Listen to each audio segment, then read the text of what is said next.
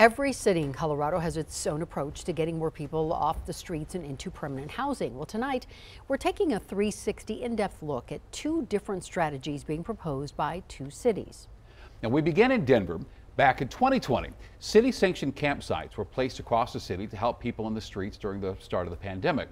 Now, the group behind those sites, Colorado Village Collaborative, is now requesting an additional $3.9 million from the city to support hundreds of people through the end of this year.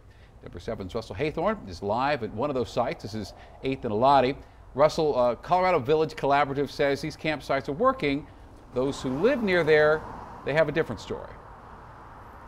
Exactly, Shannon. Advocates of these encampments say they get people off the streets and keep these neighborhoods safer, but neighbors say that's a joke. They say since this encampment went up, for example, they've documented dozens of cases of drug use and violence, and some of these neighbors even feel like prisoners in their own homes.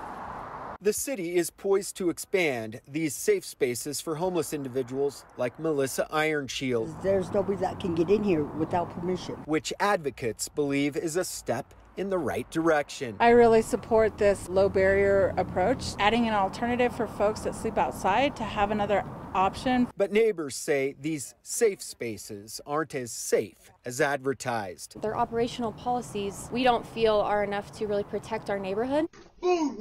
Security video and cell phone videos of the camp at 8th and Allocate show ongoing issues. This guy wandering the alleys, screaming profanities at 4 in the morning. People yelling racial slurs. Another video shows two men in a verbal and physical altercation that went on for several minutes, ending with one man being expelled from the shelter. That just means he gets expelled into our street here. And then there's this from Emily Ostrander. Her packages stolen off her front porch, strung along the sidewalk next to the encampment. The contents of the packages gone. You don't have to, go through rigorous background checks or drug offender screening. Davida Gonzalez has lived here for decades and is now less than 10 feet from the new safe encampment.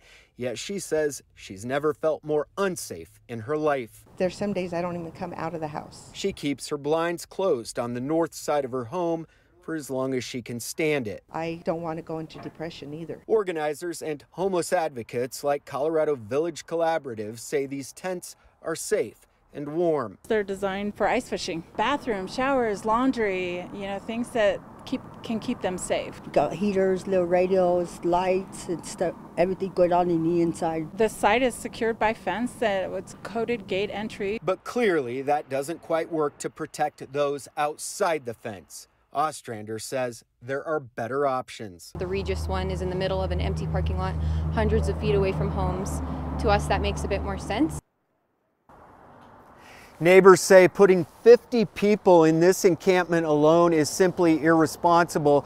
Dozens of neighbors in Lincoln Park have now filed an appeal with the city to have this encampment removed. Meantime, City Council is set to vote tonight on extending funding to these encampments. We'll keep you posted. For now, we're live in Denver. Russell Haythorn, Denver 7. Russell, thank you for that.